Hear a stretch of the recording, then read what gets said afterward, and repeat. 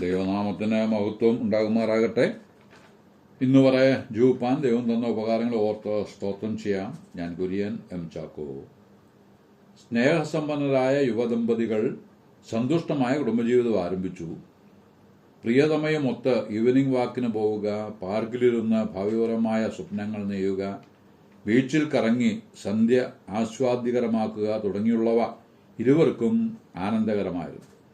സ്ഥലങ്ങൾ മാറി മാറി സുഖാനുഭവങ്ങളിൽ മുഴുകി സന്തുഷ്ടരായി അവർ മുമ്പോട്ട് പോയി.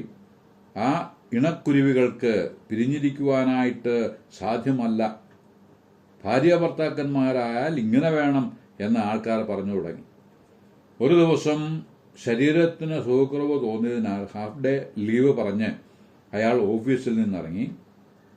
വീട് അടുത്തപ്പോൾ ഒരു ചെറുപ്പക്കാരൻ വീട്ടിൽ നിന്ന് ഇറങ്ങി ബൈക്കിൽ കയറി പോകുന്നത് കണ്ടു. തൻ്റെ പ്രിയപ്പെട്ട ഭാര്യ കൈവീശി അയാളെ യാത്രയാക്കുന്നു. സ്നേഹസമ്പന്നനായ ഭർത്താവിൻ്റെ ഹൃദയത്തിൽ സംശയത്തിൻ്റെ കാർമേഘം ഉരുണ്ടുകൂടി.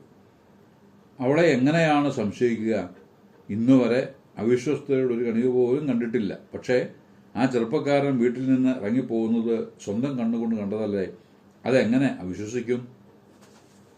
അയാൾ വാഹനം നിർത്തി വീട്ടിൽ കയറി. ഭാര്യ പതിവ് പോലെ അയാളെ സ്വീകരിച്ചു. എന്നാലും എന്തോ ഒന്ന് തന്നിൽ നിന്ന് മറച്ചു വയ്ക്കുന്നത് പോലെ അയാൾക്ക് തോന്നി. എങ്കിലും സംശയത്തിന്റെ മാറാലകൾ തുളച്ചു നീക്കുവാൻ ശ്രമിച്ചുകൊണ്ട് അയാൾ അവളോട് സ്നേഹം നടിച്ചു. ഇന്ന് നമുക്ക് കടൽപ്പുറത്ത് പോയാലോ?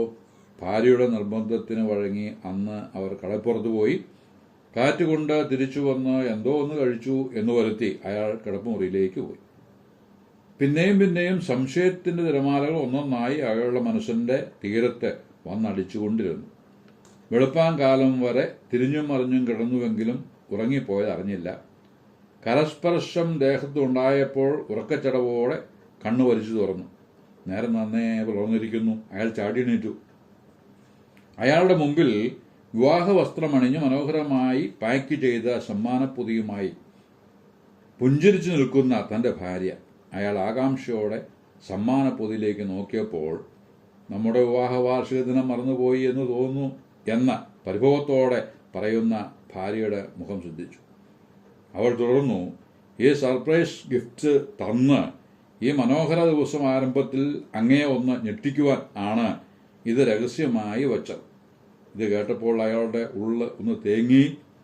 ആ സമ്മാനം കടയിൽ നിന്ന് കൊണ്ടുവന്ന ആളിനെയാണ് ഞാൻ സംശയിച്ചത് എന്നോർത്ത് ലജ്ജിച്ചുപോയി. മനസ്സുകൊണ്ട് ഭാര്യയോട് മാപ്പ് പറഞ്ഞ് ഉല്ലാസത്തിൽ പങ്കുകൊണ്ടു. ദൈവത്തിൻ്റെ ചില പ്രവൃത്തികൾ നമുക്ക് പെട്ടെന്ന് മനസ്സിലായി എന്ന് വരികയില്ല. എന്നാൽ ക്ഷമയോടെ കാത്തിരുന്നാൽ ദൈവസ്നേഹത്തിൻ്റെ മാധുര്യം കൂടുതൽ ആസ്വദിക്കുവാനായിട്ട് കഴിയും. യാക്കോബ് തൻ്റെ ലേഖനത്തിൽ ഇക്കാര്യം രേഖപ്പെടുത്തിയിട്ടുണ്ട്. കൃഷിക്കാരൻ വിതച്ചതിനു ശേഷം ഫലത്തിനായി കാത്ത് ഇരുന്നും കൊണ്ട് മുൻമഴയും പിന്മഴയും അതിന് കിട്ടുവോളം ദീർഘക്ഷമയോടെ ഇരിക്കുന്നു. അപ്രകാരം നാമം ദീർഘക്ഷമയോടെ ഇരിക്കണം. അമർത്തി കുലുക്കി കവിയുന്ന ഒരളവ് മടിയിൽ തരുന്ന കർത്താവ് ജീവിക്കുന്നു. യാക്കോബ് 1:6 മുതൽ 8 വരെയുള്ള വാക്യങ്ങളിൽ ദീർഘമായി ക്ഷമിച്ച് മുമ്പോട്ട് സംശയമില്ലാതെ പോകേണ്ടതായിരിക്കുന്ന ജീവിതത്തെക്കുറിച്ച് വളരെ വ്യക്തമായിട്ട് പ്രബോധിപ്പിക്കുന്നുണ്ട്. ദൈവത്തിൻ്റെ അടുത്തേക്ക് വരുന്നവൻ ഒന്നും സംശയിക്കാതെ വിശ്വാസത്തോടെ യാചിക്കാം. സംശയിക്കുന്നവൻ കാറ്റടിച്ചറിയുന്ന കടൽത്തിരയ്ക്ക് സമൻ. ഇങ്ങനെയുള്ള മനുഷ്യൻ കർത്താവിൽ നിന്ന് വല്ലതും ലഭിക്കുമെന്ന് നിരൂപിക്കരുത്. ഇരമനസ്സുള്ള മനുഷ്യൻ തൻ്റെ വഴികളിലൊക്കെയും അസ്ഥിരനാകുന്നു. ക്രിസ്തീയ ജീവിതത്തിൽ വരുന്ന പ്രയാസങ്ങളുടെ പരിഹാരം സ്വന്തം ജ്ഞാനത്തിൽ ആശ്രയിച്ച് പരിഹരിക്കുവാൻ ശ്രമിക്കരുത്.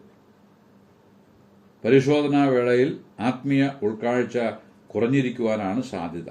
ആ സമയം ദൈവാശ്രയ ബോധത്തിൽ വിശ്വാസത്തിൻ്റെ ബലഹീനത സമ്മതിച്ച് കൃപയിൽ ആശ്രയിച്ചാൽ അവിടുന്ന് ബലപ്പെടുത്തുക തന്നെ ചെയ്യും. ഈ പരീക്ഷയുടെ ലക്ഷ്യമെന്ത് എന്ന് മനസ്സിലാക്കുവാനും ഇടവരും. നാം എല്ലാവരും ജ്ഞാനത്തിൽ കുറവുള്ളവരാണ്. നമ്മുടെ ജീവിതത്തിൽ ഉണ്ടാകുന്ന പ്രശ്നങ്ങളുടെ എല്ലാം പരിഹാരം വചനത്തിൽ നിന്ന് തന്നെ കണ്ടെത്തുകയാണ് ഉത്തമം. ദൈവത്തിൻ്റെ വചനം പൊതുവായ പ്രമാണങ്ങൾ നമുക്ക് നൽകുന്നുണ്ട്.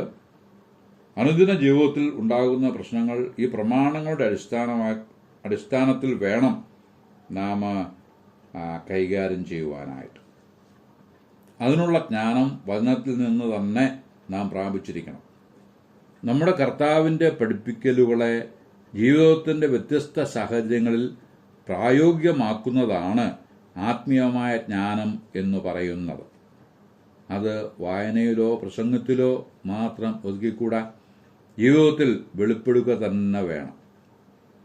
യാതൊരു സംശയം കൂടാതെ വിശ്വാസത്തിൻ്റെ പൂർണ്ണ നിശ്ചയത്തോടെ വേണം ദൈവസന്നിധിയോട് അടുക്കുവാൻ. ദൈവസന്നിധിയിലേക്ക് വരുന്ന വ്യക്തി എബ്രായർ 11:6 മുറുകെ പിടിച്ചിരിക്കണം. വിശ്വാസം കൂടാതെ ദൈവത്തെ പ്രസാദിപ്പിക്കുവാൻ കഴിയുന്നതല്ല. ദൈവത്തിൻ്റെ അടുക്കൽ വരുന്നവൻ ദൈവമുണ്ട് എന്നും തന്നെ അന്വേഷിക്കുന്നവർക്ക് പ്രതിഫലം കൊടുക്കുന്നുവെന്നും വിശ്വസിക്കണം എന്ന് എഴുതിയിരിക്കുന്നു. അവിടുന്ന് നമ്മെ സ്നേഹിക്കുകയും കരുതുകയും ചെയ്യുന്നു എന്നും അവിടുത്തേക്ക് അസാധ്യമായി യാതൊന്നുമില്ല എന്നും നാം വിശ്വസിക്കണം. ദൈവത്തിൻ്റെ ശക്തിയിലും നടത്തിപ്പിലും നമുക്ക് സംശയം വന്നു തുടങ്ങിയാൽ പ്രശ്നങ്ങളെ അഭിമുഖീകരിക്കേണ്ടതായ സന്ദർഭങ്ങളിൽ യാതൊരു ധൈര്യവും നമുക്ക് ലഭിച്ചു എന്ന് വരികയില്ല. ശുഭാപ്തി വിശ്വാസത്തിനും അശുഭാപ്തി വിശ്വാസത്തിനും മധ്യേ ചാഞ്ചാടിക്കൊണ്ടിരിക്കുന്ന വിശ്വാസം ദൈവം മാനിച്ചു എന്നും വരില്ല. സംശയത്തിൻ്റെ ഓരോ കാറ്റിനാൽ അലഞ്ഞ് ഉഴലുന്ന മനുഷ്യർ യാതൊരു കാഴ്ചപ്പാടും ഉള്ളവനായിരിക്കുകയുമില്ല. ജ്ഞാനത്തിൻ്റെ ഉറവിടം ദൈവമാണ്. ദൈവസന്നിധിയിൽ ദൈവവചനവുമായി സമയം ചെലവഴിക്കുന്ന ഒരാൾക്ക് പ്രാർത്ഥനയോടുകൂടെ സ്വായത്തമാക്കുവാൻ കഴിയുന്നതാണ് ദൈവികമായ ജ്ഞാനം.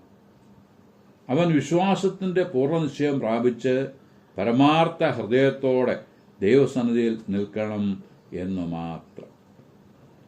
മേൽപ്പറഞ്ഞ കാര്യങ്ങൾ ഉപദേശ രൂപത്തിൽ അങ്ങനെ തന്നെയെങ്കിലും പ്രായോഗിക വശത്ത് ബലഹീനതയുടെ നിറവുണ്ട്. ലൂക്കോസ് സുവിശേഷം 22:31 മുതൽ യേശു കർത്താവ് ശിഷ്യന്മാരോട്, വിശിഷ്യ പത്രോസിനോട് സംസാരിക്കുന്ന സമയത്ത് 33 വാക്യത്തിൽ പത്രോസ് കർത്താവിനോട്, ഞാൻ നിന്നോടുകൂടെ തടവിലാകുവാനും മരിപ്പാനും ഒരുങ്ങിയിരിക്കുന്നു എന്ന് പറഞ്ഞ് തൻ്റെ വീര്യം വെളിപ്പെടുത്തി. എന്നാൽ പത്രോസിലുള്ള ബലഹീനത കർത്താവ് എടുത്തു കാണിച്ചു. അന്ന് രാത്രി കോഴി കൂവുന്നതിന് മുമ്പ് പത്രോസ് കർത്താവിനെ തള്ളിപ്പറഞ്ഞ് തന്നിലുള്ള ബലഹീനത വെളിപ്പെടുത്തി. വാക്കിലെ വീര്യം പോലെ പ്രവൃത്തി പദത്തിൽ എത്തിക്കുവാൻ കഴിയുന്നില്ല എന്ന് വ്യക്തമാക്കി. എങ്കിലും പിന്നത്തേതിൽ കർത്താവ് പത്രോസിനെ യഥാസ്ഥാനപ്പെടുത്തി പ്രയോജനമുള്ളവനാക്കി തീർത്തു എന്ന് യോഹന്നാന്റെ സുവിശേഷം 21 വ്യക്തമാക്കുന്നുണ്ട്. ഈ നിലയിലുള്ള വിശ്വാസത്തിൻ്റെ ബലഹീനത നമ്മോട് ക്ഷമിച്ച് വീണുപോകാതെ നമ്മെ സംരക്ഷിച്ച് നാൾതോറും നടത്തുന്ന നല്ലവനായ കർത്താവിനോട് നന്ദി പറഞ്ഞ് യോഗ്യമായി ജീവിപ്പാൻ കർത്താവ് നമ്മെ സഹായിക്കട്ടെ എന്ന് ആശംസിച്ച് വാക്കുകൾക്ക് പൂർണ്ണവിരാമം കുറിക്കുന്നു. ദൈവനാമം മഹത്വപ്പെടുമാറാകട്ടെ.